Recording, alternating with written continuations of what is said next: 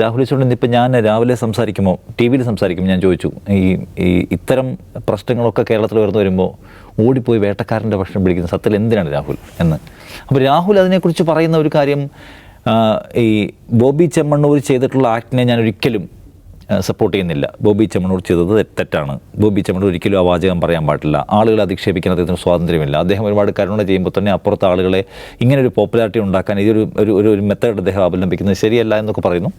ഒപ്പം തന്നെ ആളുകൾ നന്നായി വസ്ത്രം ധരിക്കണമെന്ന അഭിപ്രായം എനിക്കുണ്ട് എന്നുകൂടി അദ്ദേഹം പറയുകയാണ്. അപ്പോൾ അത് രാഹുൽ ഈശ്വർ പറയുന്നത്, എനിക്ക് വസ്ത്രധാരണത്തെക്കുറിച്ച് അഭിപ്രായം പറയാനുള്ള സ്വാതന്ത്ര്യം എനിക്കില്ല. കേൾക്കുമ്പോൾ നമുക്ക് ശരിയായിട്ട് തോന്നുന്നു. വസ്ത്രധാരണത്തെക്കുറിച്ച് അഭിപ്രായം പറയാമല്ലോ. ഏതുതരം വസ്ത്രം മനുഷ്യർ ധരിക്കുന്നതാണ് നല്ലത് എന്നതിനെക്കുറിച്ച് അഭിപ്രായം പറഞ്ഞതിനോട് തടസ്സമൊന്നുമില്ല, പറയാം. ആർക്കും അവരുടെ അഭിപ്രായം പറയാം. എന്ന് മാത്രമല്ല, രാഹുൽ ഈശ്വറിനെ റെപ്രസെൻ്റ് ചെയ്യുന്ന ഒരു വാല്യൂ സിസ്റ്റം എന്ന് പറയുന്ന സംഗതി ഉണ്ടല്ലോ, അതൊരു പക്ഷേ ചില പ്രത്യേകതരം വസ്ത്രധാരണത്തെ മാത്രം അംഗീകരിക്കുകയും മറ്റുള്ളവയെ തള്ളി പറയുകയും ചെയ്യുന്നതായിരിക്കാം. അതുകൊണ്ട് ആ വാല്യൂ സിസ്റ്റത്തെയാണ് അദ്ദേഹം എന്ത് ചെയ്യുക, റെപ്രസെൻ്റ് ചെയ്യുന്നത്. അദ്ദേഹം ഒരു മോഡേൺ സൊസൈറ്റിയെ നമ്മൾ വിളിക്കപ്പെടുന്ന, എല്ലാവർക്കും അവർക്ക് ഇഷ്ടപ്പെട്ട വസ്ത്രം ധരിക്കാൻ, നിയമവിരുദ്ധമല്ലാത്ത വസ്ത്രങ്ങൾ ധരിക്കാനും അതുമായി പൊതുപഥത്തിൽ ഇറങ്ങാനുമുള്ള ആളുകളുടെ ആ തരത്തിലുള്ള ഒരു ആധുനിക സൊസൈറ്റിയെ അല്ല അദ്ദേഹം സ്വപ്നം കാണുന്നത്.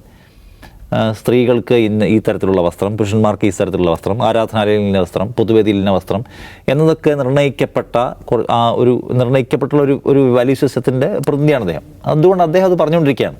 അപ്പോൾ അതുവരെ കേൾക്കുമ്പോൾ നമുക്ക് ഓക്കെ, അദ്ദേഹത്തിൻ്റെ മതവും സാംസ്കാരികവുമായ മൂല്യങ്ങളെ പറയുന്നത് സ്വാതന്ത്ര്യമുണ്ടല്ലോ, ഉണ്ട്, ശരിയാണുണ്ട്.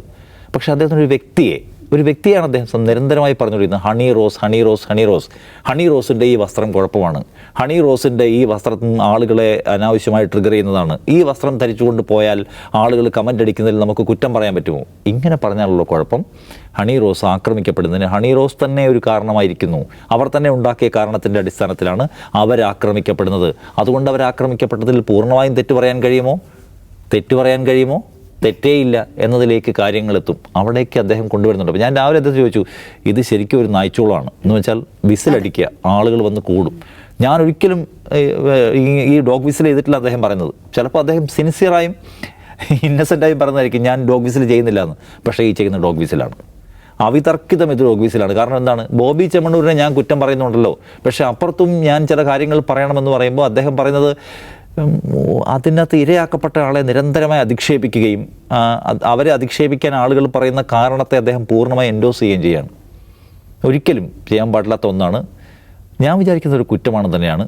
ഞാൻ കുറ്റം ചെയ്തിട്ടുണ്ടെങ്കിൽ വിചാരണയില്ലാതെ എന്നെ ജയിലിലടച്ചോട്ടെന്ന് അദ്ദേഹം പറയുന്നത്. അദ്ദേഹം ചെയ്ത കുറ്റത്തെക്കുറിച്ച് അതിൻ്റെ വേണ്ടത്ര ധാരണയില്ല എന്നാണ് ഞാൻ മനസ്സിലാക്കുന്നത്. ആളുകളെ പേഴ്സണലി വേട്ടയാടാൻ, അവരാഗ്രഹിക്കാത്ത തരത്തിൽ അവരെ പോർട്രേ ചെയ്യാൻ, അവർക്ക് അപകടകരമുണ്ടാക്കുന്ന തരത്തിലുള്ള കമൻറ്റുകൾ വരുന്ന, ഇപ്പോൾ ഞാനിപ്പോൾ അമൃതയെക്കുറിച്ച് ഒരു ഒന്നോ രണ്ടോ പരാമർശം നടത്തുകയാണ്. ആ പരാമർശത്തെ ബേസ് ചെയ്ത് ആളുകൾ മോശം കമൻറ്റ് താഴെയിടാൻ തുടങ്ങിയാൽ ഞാൻ ചെയ്ത ക്രൈമാണ്. മനസ്സിലായില്ലേ? ഇപ്പം ഞാനിപ്പോൾ കഴിഞ്ഞ ദിവസം അജിംസ് പറഞ്ഞു, അമൃത പടിക്കലിനെ കുറിച്ച് ഞാൻ എന്തെങ്കിലും ഒരു തലക്കെട്ടിട്ടിട്ട് ഒരു ഫേസ്ബുക്കിൽ ഒരു പടം തരിക, ഇവരെക്കുറിച്ചുള്ള നിങ്ങളുടെ അഭിപ്രായങ്ങൾ പറയുന്നത് കേൾക്കുമ്പോൾ എന്താണ്, നിങ്ങൾക്ക് അവരെക്കുറിച്ചുള്ള അഭിപ്രായമല്ലേ ചോദിച്ചുള്ളൂ. ആളുകളൊന്ന് മോശം കമൻറ്റ് പറഞ്ഞാൽ ആരാണ് റെസ്പോൺസിബിലിറ്റി? ഞാനതിന് ഉത്തരവാദിത്വം പറയണം. അപ്പോൾ അതുകൊണ്ട് ഇതിൻ്റെ പുതിയ കാലത്തെ ക്രൈമും പുതിയ കാലത്തെ മനുഷ്യരുടെ മനോവ്യവഹാരങ്ങളും അതിനകത്ത് സ്ത്രീകൾ ആക്രമിക്കപ്പെടുന്നതിൻ്റെ പലതരം സാധ്യതകളെ മനസ്സിലാക്കിക്കൊണ്ട് മാത്രമേ രാഹുൽ ഇതിനകത്ത് ഇടപെടാൻ പാടുള്ളൂ. രാഹുൽ അതിൽ നിന്ന് പൂർണ്ണമായും പിന്തിരിയണമെന്നുള്ള അഭിപ്രായക്കാരൻ ഞാൻ.